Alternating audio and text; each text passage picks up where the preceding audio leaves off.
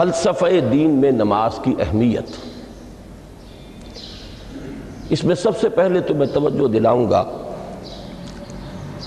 کہ لفظ کہ جو دل اللہ کی یاد سے غافل ہے اس پر فارسی کا وہ مقولہ بھی ہے کہ خانہ خالی را دیو می گیرت، گھر خالی رہے تو جنات اس پر دیو جو ہے آ کر قبضہ جما لیتے ہیں۔ تو خانہ قلب جو ہے اگر یاد خداوندی سے خالی ہو گیا تو شیطان ابلیس لعین اپنی تھوتنی ٹکا دیتا ہے۔ یہ لفظ آتا ہے سور کے منہ کے لیے تھوتنی، جس طرح اس کا نکلا ہوا سا منہ ہوتا ہے آگے، تو یہ لفظ استعمال کیا گیا کہ وہ اپنی تھوتنی انسان کے دل پر جما کر اور پھوکے مارنی شروع کر دیتا ہے۔ تو شیطان کو موقع ہی تب ملتا ہے جب انسان کے تعلق مع اللہ کے اندر کمی ہو، وہ خانہ بالکل خالی ہو گیا ہو یا اتنا ضعیف ہو گیا ہو کہ کل عدم ہو جائے، گویا کہ نہیں۔ تیسری چیز کی طرف آئیے، روحانی ترقی۔ روحانی ترقی کے لیے میں ایک اصطلاح کے سامنے لا رہا ہوں، اس سے مراد کیا ہے؟ روحانی ترقی کے لیے ہماری دینی اصطلاح ہے تقرب الی اللہ، اللہ سے قریب تر ہوتے چلے جانا۔ اس پر میرا ایک کتابچہ بھی ہے، تقرب الی اللہ کے دو مدارج، دو درجے، جو در حقیقت ایک حدیث نبوی علیہ الصلوۃ والسلام ہی پر مبنی ہے کہ حضور نے ایک درجہ قرار دیا ہے تقرب بالفرائض، فرائض کے ذریعے سے انسان اللہ کا قرب حاصل کرے۔ ایک ہے تقرب بالنوافل، نوافل کے ذریعے سے اللہ کا قرب حاصل کرے۔ ان میں کیا نسبت و تناسب ہے، اہمیت کے اعتبار سے کون بڑھ کر ہے، بلندی کے اعتبار سے کون بڑھ کر ہے، یہ تمام مسائل میں نے اپنی اس تقریر میں بیان کیے تھے جو اس کتابچے میں شائع ہوئی ہے۔ اس وقت میں اس کی تفصیل میں نہیں جا رہا، صرف یہ تذکرہ اس لیے کر رہا ہوں کہ جن کو بھی خواہش ہو جائے وہ اس کا مطالعہ کرے۔ ہماری اس وقت کی گفتگو سے وہ کتابچہ اس جگہ پر منسلک ہوگا۔ تو تقرب الی اللہ، یہ تقرب کوئی فزیکل فینومینن نہیں ہے، جسمانی یا مادی مسئلہ نہیں ہے۔ اللہ سے قرب یہ نہیں ہے کہ کوئی کروڑوں میل کا فاصلہ ہے، اب ہمیں کوئی رسی پر چڑھنا ہے اوپر بڑی محنت اور مشقت سے۔ فصل تو ہے ہی نہیں، فاصلہ ہے ہی نہیں، بعد ہے ہی نہیں۔ نحن اقرب الیہ من حبل الورید، ہم تو انسان سے اس کی شہرگ سے بھی زیادہ قریب ہیں۔ ہوا معکم اینما کنتم، وہ تو تمہارے ساتھ ہی ہوتا ہے جہاں کہیں بھی تم ہو، بس صرف یہ کہ تمہاری توجہ نہیں ہوتی، تم اور چیزوں میں مشغول و مصروف رہتے ہو، تم ہماری طرف دھیان ہی نہیں دیتے، تم ہماری طرف متوجہ ہی نہیں ہوتے۔ ہم تو مائل بے کرم ہے، کوئی سائل ہی نہیں، راہ دکھلائیں کسے رہنو منزل ہی نہیں۔ انسان جب متوجہ ہو جاتا ہے اور بڑھتا ہے، آگے پیش قدمی کرتا ہے روحانی اعتبار سے، تو یہ ہے در حقیقت تقرب الی اللہ، اور اسی کو ہم کہیں گے روحانی ترقی۔ اب ان تین چیزوں کو اگر آپ نے ذہن میں جما لیا، پھر میری بات کی ترتیب اس کو ذہن میں قائم کیجئے۔ ہم چلے کہاں سے کہ دین کے ساتھ اصل مناسبت فلسفے کی نہیں، حکمت کی۔ نمبر 2، حکمت قرآنی کا پہلا اور اہم ترین اور بنیادی مسئلہ معرفت رب کا حصول ہے۔ اس کا نتیجہ شکر خداوندی ہے، اس کا ذریعہ آیات آفاقی، آیات انفسی، اور سب سے بڑھ کر آیات قرآنیہ ہیں جو الذکر ہے، جو تذکرہ ہے، جو ذکرہ ہے۔ لیکن اس پہلے مرحلے کو اگر کوئی انسان بفضل ہی تعالی، اللہ کے فضل و کرم سے طے کر لے، اب اس کے سامنے تین مسئلے، فکر کی مزید پیش رفت، مزید پیش قدمی صحیح رخ پر، اس کے لیے ذکر اور فکر دونوں کا امتزاج لازمی ہے۔ فقر قرآن اختلاط ذکر و فکر، الذین یذکرون اللہ قیاما وقعودا وعلی جنوبہم ویتفکرون فی خلق السماوات والارض۔ دوسری شے عمل کا درست رہنا، نہ افراط و تفریط ہو، عدم توازن ہو، نہ انسان نفس سے مغلوب ہو جائے، نہ انسان جذبات کی رو میں اندھا ہو جائے، نہ انسان ماحول سے مرعوب ہو کر متاثر ہو جائے، صحیح رخ پر اس کا عمل۔ نمبر 3 روحانی ترقی، جو اصل حاصل ہے، جو اصل مقصود ہے۔ نمبر 2 چیز کے لیے تعلق مع اللہ ضروری، نمبر 3 کے لیے تقرب الی اللہ ضروری۔ اب غور کیجئے، ان تینوں چیزوں کا بڑا گہرا تعلق ہے نماز کے ساتھ۔ ان تینوں کے لیے ستون کی حیثیت نماز کو ہے، لہذا ایمان کے بعد یا معرفت رب کے بعد حکمت دین کا اہم ترین مسئلہ نماز، صلاۃ۔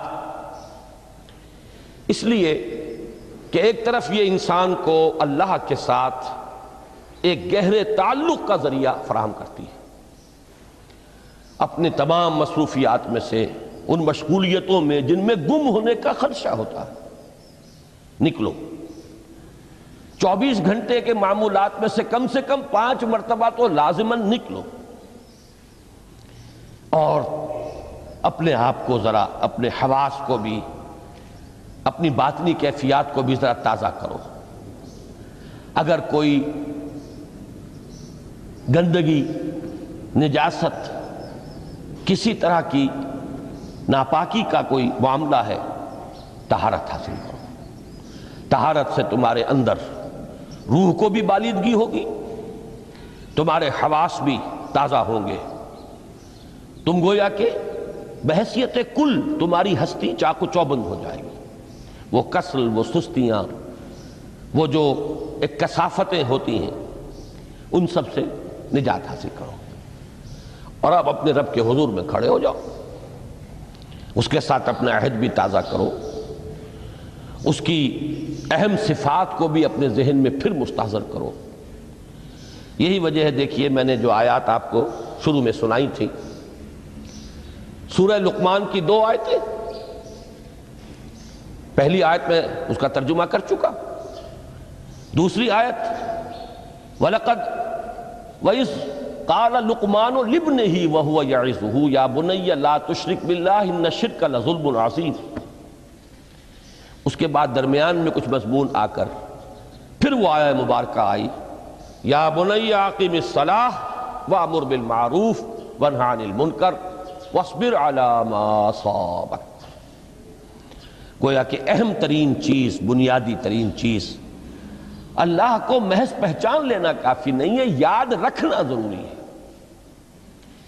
اللہ یاد رہے گا تو فکر صحیح آگے بڑھے گا، اللہ یاد رہے گا اور اس کے ساتھ ایک گہرا تعلق جو ہے برقرار رہے گا تو عمل درست رہے گا۔ بالکل یہی بات سورہ طٰہٰ میں جو پہلی وحی حضرت موسیٰ علیہ السلام پر ہوئی، اور پہلا مخاطبہ ہے، چونکہ حضرت موسیٰ کو یہ انبیاء کرام کے مقدس گروہ میں ایک امتیازی حیثیت حاصل ہے کہ ان سے براہ راست گفتگو ہوئی ہے، اگرچہ صرف ایک پردہ تھا، اوٹ من ورائے حجاب گفتگو ہوئی ہے، لیکن یہ کہ کوئی فرشتے کا درمیانی جو ہے وہ لنک نہیں تھا، براہ راست اللہ تعالیٰ نے حضرت موسیٰ علیہ السلام سے کلام فرمایا۔ کلم اللہ موسیٰ تکلیما، موسیٰ سے تو اللہ نے کلام فرمایا جیسے کہ کلام کیا جاتا ہے۔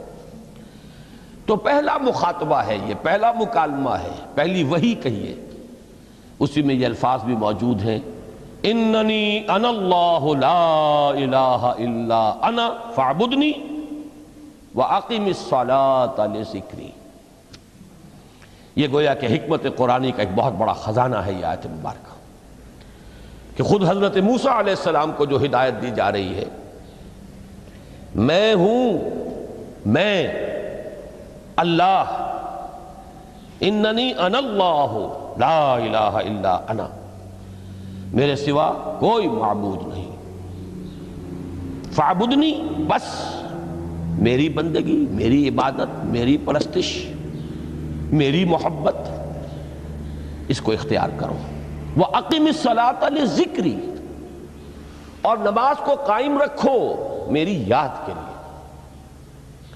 بلکہ اسی سلسلہ کلام میں آگے چل کر سورہ طٰہٰ میں آتا ہے، کافی گفت و شنید کے بعد جب حضرت موسیٰ نے کچھ معذرت بھی کی، کچھ دعائیں بھی کی، اللہ نے ایک دعا قبول بھی کی کہ ان کے بھائی کو بھی شریک کر دیا، حضرت ہارون کو بھی۔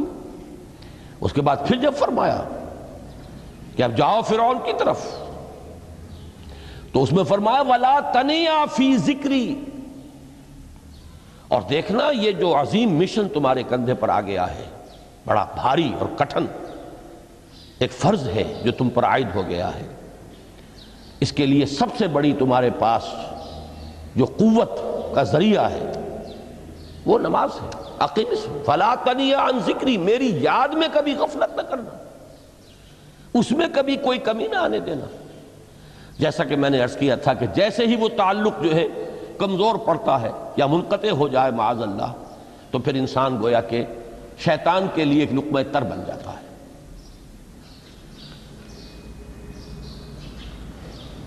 اب آپ غور کیجئے، تیسری شے تقرب الی اللہ، اس کے حوالے سے بھی جو فرائض اور نوافل کی بات ہے اس کو اس وقت ذہن سے نکال کر یہ سمجھیے کہ اس میں نماز کا کیا مقام ہے، اس لیے کہ نماز فرض بھی ہے، نماز نفل بھی ہے، وہ تو ان دونوں میں شریک ہو جائے گی۔ اب اس کو لفظ صلاۃ کے حوالے سے آپ ان دونوں چیزوں کو سمجھیے۔ صاد لام واو یا یہ چونکہ حروف علت ایک دوسرے سے بدلتے رہتے ہیں، یہ جو مادہ ہے اس کی جو خالص لغوی اصل ہے، جو خالص عربی زبان میں اس کا بنیادی مفہوم ہے، وہ آگ جلانا یا آگ تاپنا یا آگ سینکنا، حرارت حاصل کرنا۔ لہذا بار بار آتا ہے جہنم کے ذکر میں اسلوہا، اب جلو اس میں، تاپو اس کو، یہ سینکے گی تمہیں۔ بلکہ تفتلون کا لفظ آیا ہے حضرت موسیٰ کے کلام میں، جب وہ گئے تھے کوہ طور پر، جب پہنچ گئے تو تھے آگ تک کی تلاش میں، لعلکم تفتلون، تو اپنے اہل خانہ سے یہی کہا تھا کہ مجھے کہیں وہ روشنی نظر آ رہی ہے، غالباً کوئی وہاں سے آگ مل سکے گی، ورنہ یہ کہ کوئی رہنمائی کو رستہ مجھے مل سکے گا، میں وہ آگ لے آؤں گا، کوئی چنگاری وہاں سے لے آؤں، لعلکم تفتلون، تاکہ تم، اب یہ اصطلاح در حقیقت باب افتعال ہے، اور یہ تے یہاں پر توئے کی شکل اختیار کر گئی، تا نے توبن کی صورت اختیار کی صاد کی وجہ سے۔ بہرحال اس کا سب سے بنیادی مفہوم جو ہے وہ ہے تاپنا، سکائی حاصل کرنا، حرارت۔ اس کے حوالے سے سمجھ لیجئے کہ سب سے بنیادی تعلق اس کا جو ہے وہ روح کے ساتھ ہے۔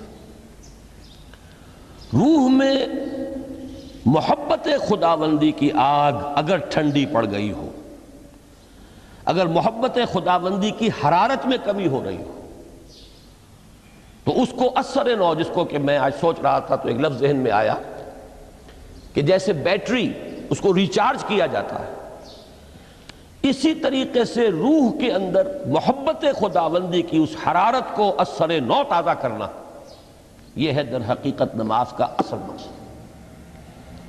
اس لیے کہ اس لفظ کا بنیادی مفہوم، اصل لغوی مفہوم تو یہ، اگرچہ اس کا سب سے زیادہ کثرت سے جو استعمال ہوتا ہے، اور لفظ صلاۃ جس سے در حقیقت جس تصور پر مبنی ہے وہ ہے اقدام، کسی کی طرف متوجہ ہونا اور پھر دعا۔ صلاۃ کا سب سے قریبی مفہوم لفظی جب بیان کیا جائے گا، اس سے مراد، اس کے معنی، تو دعا اس میں اہم ترین ہے۔ کسی کی طرف توجہ کرنا، مناجات کرنا، گفتگو کرنا، مخاطبہ، مکالمہ، دعا، یہ در حقیقت صلاۃ کا سب سے بڑا اصطلاحی مفہوم ہے۔ لیکن جو اس کا مادہ ہے، صاد لام واو یا صاد لام یا، اس کا اصل مفہوم جو ہے وہ تاپنا، حرارت حاصل کرنا۔ تو ان دونوں کے حوالے سے عرض کر رہا ہوں، وہ تاپنا اور حرارت حاصل کرنا وہ ہے روح کے اعتبار سے۔ وہ جو کہا اقبال نے کہ بجھی عشق کی آگ اندھیر ہے، مسلمان نہیں راہ کا ڈھیر۔ یہ عشق کی آگ جب بجھ جاتی ہے در حقیقت یہی تو انسان کی روحانی موت ہے۔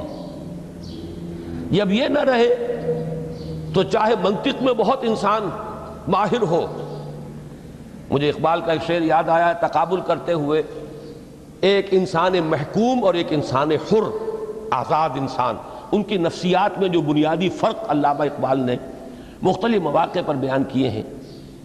محکوم ہے بیگانہ اخلاص و مروت، ہر چند کے منطق کی دلیلوں میں ہے چالاک۔ تو منطق کی دلیلوں میں انسان چالاک ہو جائے اور وہ لغت ہائے حجازی کا وہ ایک خزانہ بن جائے، اسے تمام الفاظ کے معنی یاد ہو، وہ بڑے مسائل فقہ کے اسے ازبر ہو، جزیات بے انتہا جزیات جو ہیں وہ مستحضر ہو، فلسفے کے بڑے بڑے مسئلے اس نے حل کر لیے ہوں، لیکن اگر روح میں وہ اللہ کی محبت کی آگ نہیں ہے، وہ تپش نہیں، بجھی عشق کی آگ اندھیر ہے، مسلمان نہیں راکھ کا ڈھیر۔ اسی کے حوالے سے آج مجھے یاد آیا تھا کہ وہ جو بڑی سادہ سی ایک نظم ہے، اللہ تعالیٰ سے دعا یا رب دل مسلم کو وہ زندہ تمنا دے، اس میں بھی جو الفاظ آئے ہیں، جو روح کو گرما دے اور قلب کو تڑپا دے، یہ ہے اصل جو مقصود ہے نماز کا۔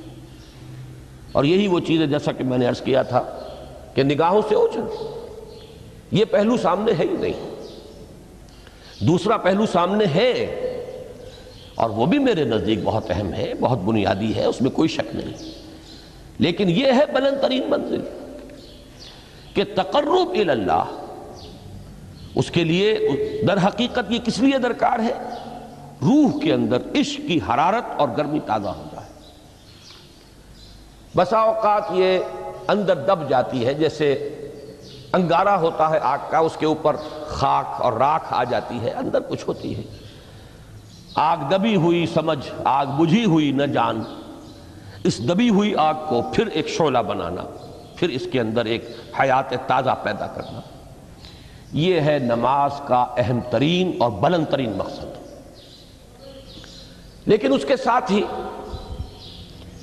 اس نماز میں ذکر ہونا، اس کا یہ ذکر ہے، اور ذکر کی جب میں فہرست بیان کیا کرتا ہوں بہت سے حضرات کے سامنے ہوگا کہ ذکر کا در حقیقت مفہوم ہے استحضار اللہ فی القلب۔ ہمارے ہاں غلطی سے جو ذرائع ذکر ہیں انہیں ذکر قرار دے دیا گیا ہے۔ نماز ذکر نہیں ہے، نماز ذکر کا ذریعہ ہے۔ اقیم الصلاۃ لذکری، نماز قائم کرو میرے ذکر کے لیے۔ یہ اللہ اللہ کہنا یا ادعیہ معصورہ جو حضور صلی اللہ علیہ وسلم کی مسنون دعائیں ہیں، انہیں اپنے تمام معمولات دنیاوی کے ساتھ ساتھ ان دعاؤں کو بھی انسان پڑھتا رہے، اللہ سے دعا کرتا رہے، یہ تمام ذرائع ذکر ہیں۔ سبحان اللہ الحمدللہ الحمدللہ، اس کا آپ ورد کیجئے، یہ بھی ذریعہ ذکر ہے۔ حقیقت میں ذکر ہے استحضار اللہ فی القلب، اللہ کو دل میں لے آنا، اللہ کو دل میں حاضر کر لینا، اصل میں تو ترجمہ ہوگا، لیکن حاضر جاننا، یہ کیفیت جو ہے انسان کو حاصل ہو جائے۔ اب اس کے حوالے سے ذرا بات سمجھیے کہ ایک تو میں عرض کر چکا ہوں مجسم ذکر تو قرآن ہے، لہذا ذکر کی فہرست جب آپ کریں گے ذرائع ذکر تو ان میں سب سے پہلے قرآن آئے گا، اس لیے کہ وہ ہماری حکمت کے پہلے مسئلے کو حل کر رہا ہے، بنیادی مسئلہ، اہم ترین مسئلہ۔ دوسرے نمبر پر ذکر جو ہے، اب اس کے لیے کچھ اصطلاحات جو میرے مختلف دروس میں شاید آپ کے سامنے بعد میں آئیں یا پہلی آ چکی ہوں، ان کے حوالے سے میری بات سمجھیے۔ ایک ذکر غیابی ہے، تھرڈ پرسن میں، صیغہ غائب میں اللہ کی یاد کرنا، اللہ اکبر اللہ اکبر اللہ اکبر۔ اب یہ اللہ اکبر جو ہے یہ جملہ اسمیہ خبریہ ہے، ایک حقیقت کی تکرار آپ کر رہے ہیں، اللہ سب سے بڑا ہے، اللہ سب سے بڑا ہے، سبحان اللہ سبحان اللہ سبحان اللہ۔ یہ در حقیقت ذکر غیابی ہے کہ آپ اس میں مخاطب نہیں ہیں اللہ سے، ایک ذکر خطابی کہیں یا ذکر حضوری کہیں، جس میں مکالمہ ہوتا، جس میں گفتگو ہوتی. تو نماز در حقیقت ذکر حضوری اور ذکر خطابی کی بلند ترین شکل ہے. اس لیے میں نے عرض کیا تھا کہ نماز کے لفظ یا صلاۃ کے لفظ یہ اصطلاحی معنی جو اکثر و بیشتر کیے جاتے ہیں وہ ہے دعا.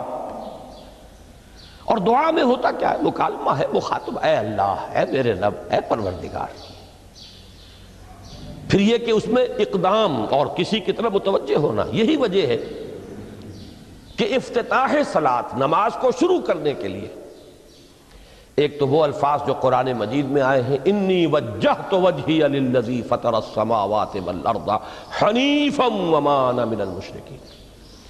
یہ ہے توجہ کا ارتکاز، بشرطے کہ یہ صرف الفاظ ہی نہ نکل رہے ہوں، واقعتاً یہ تعبیر ہو اس وقت کی انسان کی نفسیاتی کیفیت کی، کہ شعوری طور پر وہ فیصلہ کرتا ہے کہ اب میں منقطع ہو رہا ہوں، ہر چہار طرف سے اپنی توجہ کو ہٹا کر، ہر مسئلے سے اپنے آپ کو خالی و ذہن کر کے، یعنی ظاہری اور باطنی دونوں اعتبار سے میں اپنی توجہ کا ارتکاز کر رہا ہوں اس ذات کی طرف جس نے آسمانوں اور زمین کو پیدا کیا، اور بالکل یکسو ہو کر رہا ہوں. انی وجہت وجہی للذی فطر السماوات والارض حنیفا وما انا من المشرکین. اور دوسری وہ جو دعا جس سے ہم افتتاح کرتے ہیں اپنی نماز کا، دیکھیں اس میں خطاب کا کس قدر اہتمام ہے.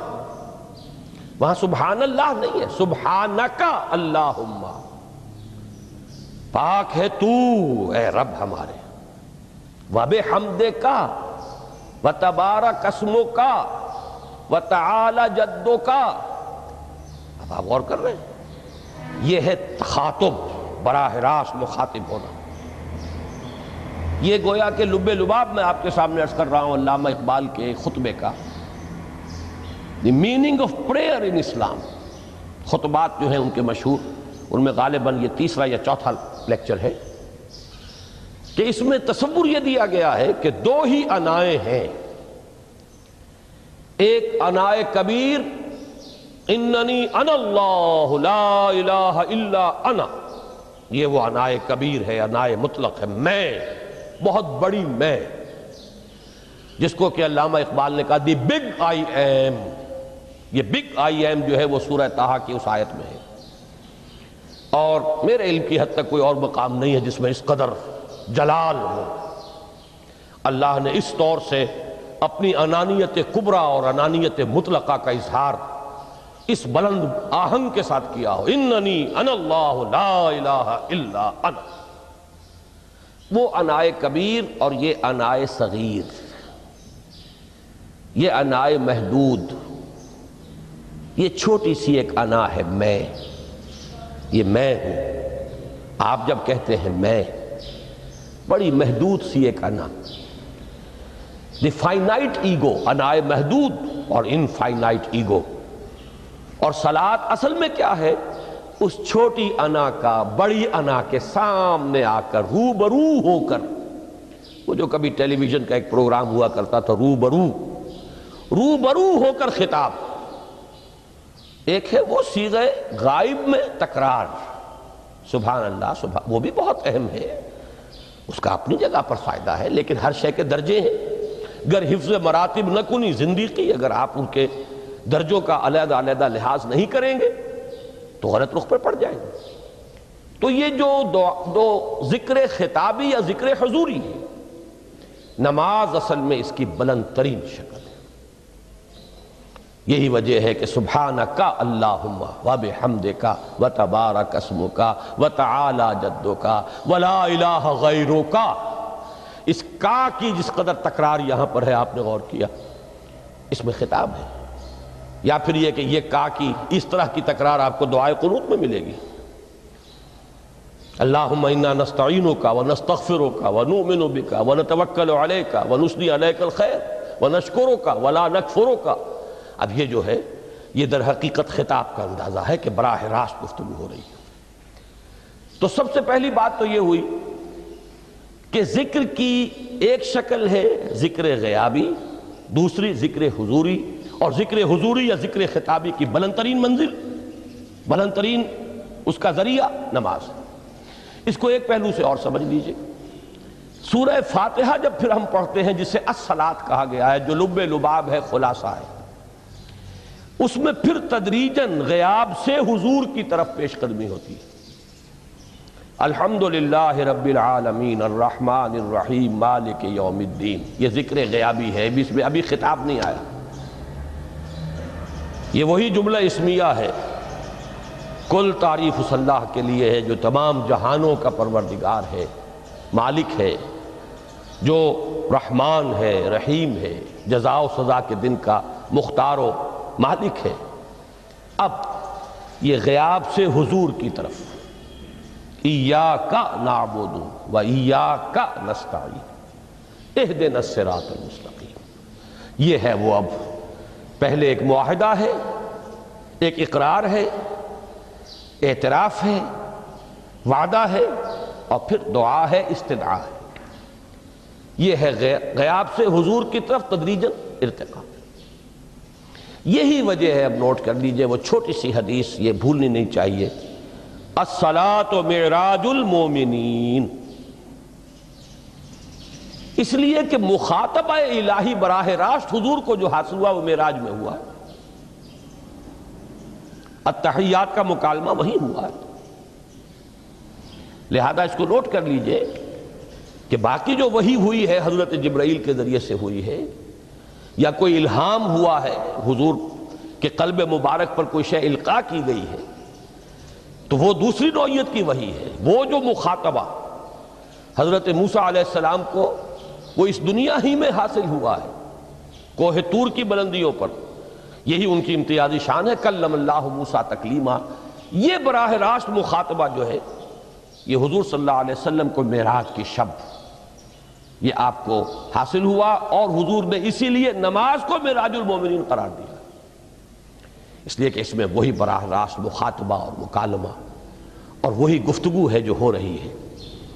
اس کے ضمن میں وہ حدیث، اب اس وقت شاید میرا وقت ختم ہونے کے قریب ہو، لیکن وہ حدیث جو اس اعتبار سے حدیث قدسی ہے، اگرچہ بعد میں اس کے جو مزید تفصیل ہے تو حضور صلی اللہ علیہ وسلم نے گویا کہ خود بیان کی ہے، لیکن مسلم شریف کی روایت ہے حضرت ابو ہریرہ رضی اللہ تعالی عنہ سے کہ حضور نے فرمایا، یقول اللہ تعالی، اللہ یہ فرماتا ہے، اسی لیے اس کو حدیث قدسی کہیں گے، قسمت الصلاۃ بینی و بین عبدی نصفین، میں نے نماز کو اپنے اور اپنے بندے کے مابین آدھا آدھا تقسیم کر دیا ہے۔ اب یہاں تک تو جملہ ہے اللہ کا، یہ ہے حدیث قدسی۔ اب آگے جو ہے نریشن اس کی جو ہے حضور صلی اللہ علیہ وسلم کی جانب سے ہے، یعنی خبر دے رہے ہیں وہ اللہ کی طرف سے ہی۔ ویسے تو تمام احادیث ہی گویا کہ ہم سمجھتے ہیں انسپائرڈ تو اللہ کی طرف سے ہی ہے، لیکن یہ کہ جہاں صراحت ہو کہ اللہ کہتا ہے وہ حدیث قدسی ہے۔ تو یقول اللہ تعالی قسمت الصلاۃ بینی و بین عبدی نصفین، یہاں تک تو حدیث قدسی ہے۔ اب دوسری عام حدیث ہے، اذا قال العبد الحمد للہ رب العالمین یقول اللہ تعالی حمدنی عبدی، جب بندہ کہتا ہے الحمدللہ رب العالمین، پروردگار کہتا ہے میرے بندے نے میری حمد کی۔ جب بندہ کہتا ہے الرحمن الرحیم، پروردگار فرماتا ہے اثنا علی عبدی، میرے بندے نے میری ثنا کی، بڑی تعریف کی۔ جب بندہ کہتا ہے مالک یوم الدین، اللہ فرماتا ہے مجدنی عبدی، میرے بندے نے میری بڑی بزرگی بیان کی ہے، تمجید کی ہے۔ پھر جب بندہ کہتا ہے ایاک نعبد و ایاک نستعین، اللہ فرماتا ہے ھذا ما بینی و بین عبدی ولعبدی ما سأل، یہ ہے میرے اور میرے بندے کے درمیان۔ یہ تو معاہدہ ہے نا، معاہدے میں تو دو فریق جکڑے جاتے ہیں،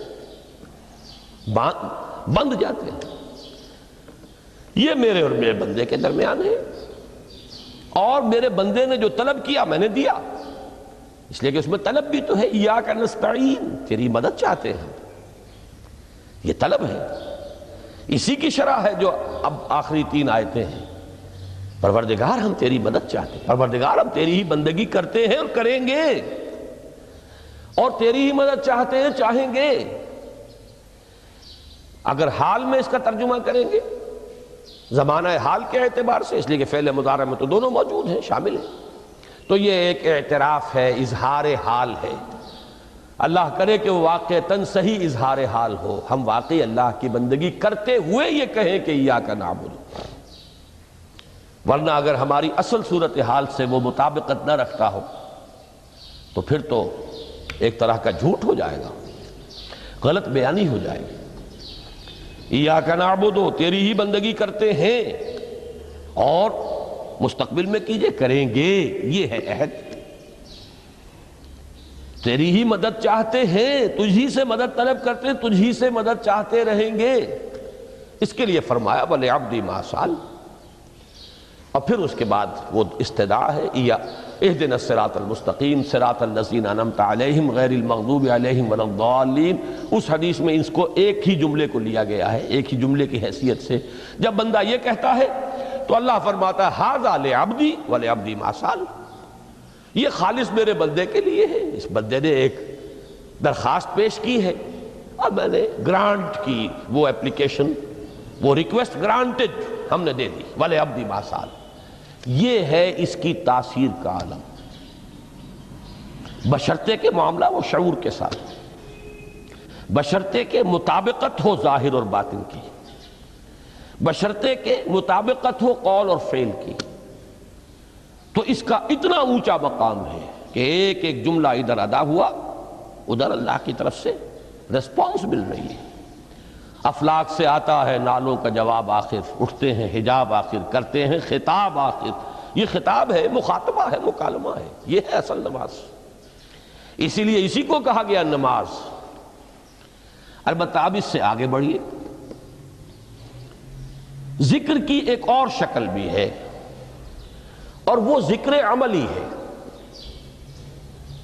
ایک تو ہم نے کہا اللہ اکبر، اللہ بہت بڑا ہے، سب سے بڑا ہے، یہ جیسا کہ میں نے عرض کیا ایک اعتبار سے تو ذکر غیابی ہو گیا۔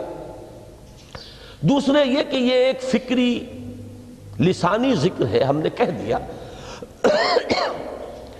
ایک ہے اسی کے ساتھ ایک عملی ڈیمانسٹریشن، جب یہ کہتا ہوا انسان سیدھا سجدے میں گرتا ہے تو در حقیقت یہ اس اللہ اکبر کی تعمیل ہو رہی ہے۔ لہذا نماز میں جہاں ذکر غیابی بھی ہے، سورہ فاتحہ کی پہلی 3 آیات، جہاں الذکر کا حصہ بھی ہے، کچھ نہ کچھ قرآن آپ پڑھیں گے اس میں، پھر یہ کہ ذکر حضوری اور ذکر خطابی بھی ہے کہ آپ نے اللہ سے عہد و پیمان کیا، قول و قرار کیا، استدعا کی۔ اس کے ساتھ ہی ذکر عملی بھی ہے کہ جھکنا، اللہ کی تعظیم میں انسان جھکتا ہے۔ آپ اپنے کسی بزرگ سے جب ملاقات کرتے ہیں تو جھک کر سلام کرتے ہیں، تھوڑا سا جھکنا، زیادہ جھکنے کی تو اجازت نہیں ہے، لیکن یہ کہ تھوڑا سا خم آتا ہے، یہ بھی طبیعت کی بات ہے۔ میں سمجھتا ہوں فطرت میں جیسے شکر ہے ویسے ہی اس قدر تعظیم تو فطرت انسانی میں موجود ہے۔ آپ استاد کے سامنے آئیں گے، تھوڑا سا خم کھائیں گے، آپ اپنے کسی بڑے بزرگ رشتہ دار کے سے ملیں گے تو تھوڑا سا خم لا محالہ ہو جائے۔ یہ در حقیقت اس آپ کے فکر کی ایک عملی تعبیر، اس کا عملی مظہر ہے کہ آپ نے اس ہستی کی تعظیم کی ہے، اس کی عظمت کا اقرار اور اعتراف کیا ہے۔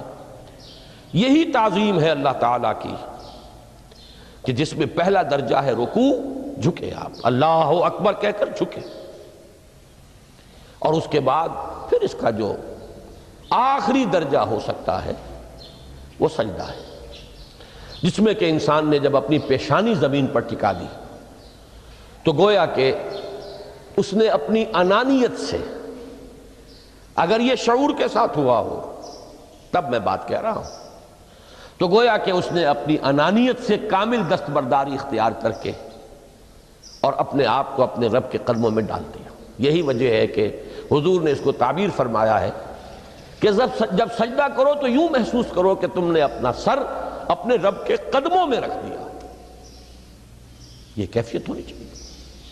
اور چونکہ میں نے ابھی عرض کیا کہ یہ در حقیقت انسان کی انانیت، میں، میری مرضی، میری خواہش، میری پسند، میری عقل، میری منطق، میرا چوائس، میرا اختیار، یہ سب چیزیں ہی تو در حقیقت جو ہمارے اندر ایک مضمر ہے شیطنت، اس شیطنت کا مظہر یہی تو ہے۔ جب اس کو انسان اپنے ہاتھوں اپنے رب کے قدموں میں رکھ دیتا ہے تو در حقیقت اسی لیے اس کو تعبیر کیا گیا کہ اقرب ما یکون العبد الی ربہ فی السجود، بندہ اپنے رب سے قریب ترین جو ہوتا ہے وہ سجدے میں ہوتا ہے، بشرطے کہ وہ سجدہ واقعی سجدہ ہو۔ اس میں حقیقت یہ ہے کہ اقبال کا وہ شعر بڑی صحیح تعبیر ہے، وہ سجدہ روح زمین جس سے کانپ جاتی تھی، یہ ہے اصل میں تعبیر، اسی کو آج ترستے ہیں ممبر و محراب۔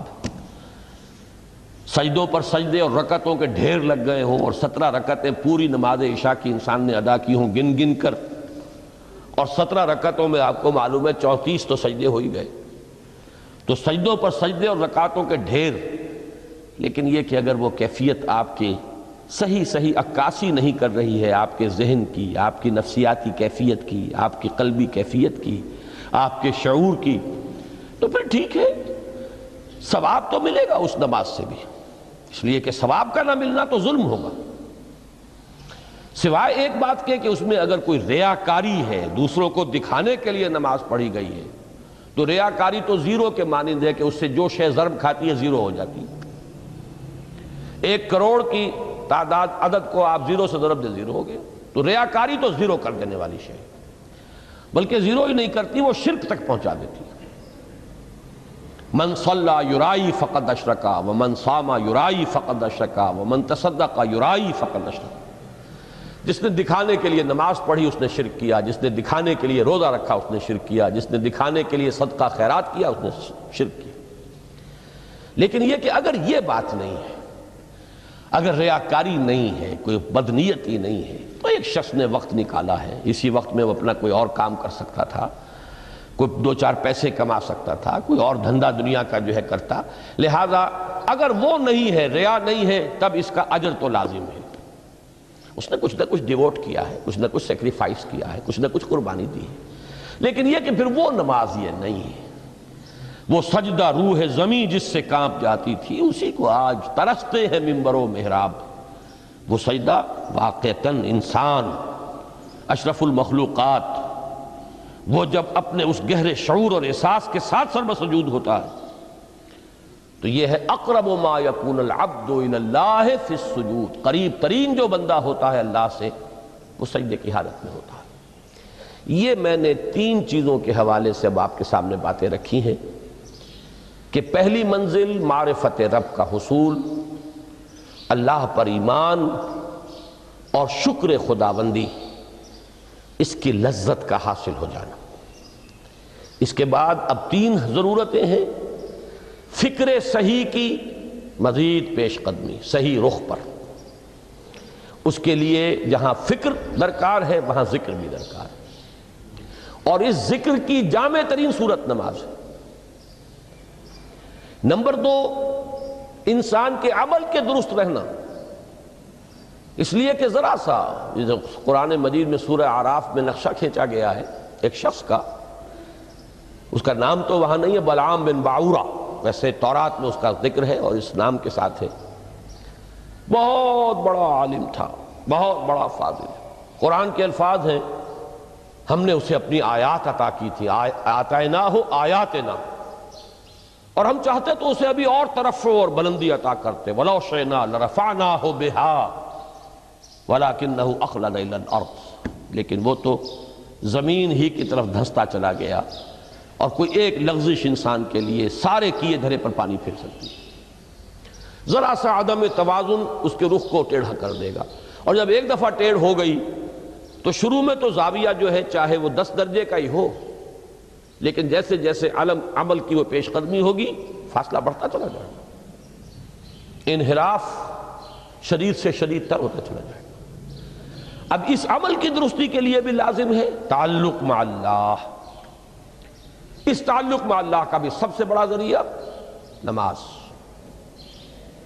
تیسری چیز روحانی بالیدگی، روحانی ترقی، تقرب الی اللہ، اس کے لیے اس اعتبار سے بھی کہ توجہ اللہ، ارتکاز توجہ اللہ کی طرف، انی وجہت وجہی للذی فطر السماوات والارض حنیفا وما انا من المشرکین، اور اس اعتبار سے بھی کہ اسی کے ذریعے سے وہ عشق کی بجھتی ہوئی چنگاری کو پھر بھڑکایا جا سکتا ہے، جو خاک میں دب گئی ہو اللہ کی محبت کی وہ حرارت جو ہے، اگر اس میں کچھ کمی آ گئی ہے تو اس کو جھاڑ کر، راکھ کو ہٹا کر اثر نو ایک حرارت پیدا کرنا، یہی وجہ ہے کہ نماز، صلاۃ جس مادے سے ماخوذ ہے اس کا بنیادی مفہوم یہی ہے، تاپنا، حرارت حاصل کرنا، آگ جلانا، آگ روشن کرنا۔ تو فلسفہ دین جس کے لیے صحیح لفظ ہے حکمت دین، اس کے اعتبار سے تو میری یہ گفتگو ہے۔ باقی ہے کہ نظام دین میں تین اعتبارات سے پھر نماز کی اہمیت آئے گی۔ نظام دین میں سب سے پہلے انفرادی سیرت کی تعمیر، ثانیاً معاشرے کی تنظیم، پھر اس کے علاوہ جو دو عنوانات کل کے لیے طے کیے گئے ہیں، جو خادمان دین ہوں، طالبان قرآن ہوں، ان کو کس کس اعتبار سے اس نماز سے مدد ملتی ہے۔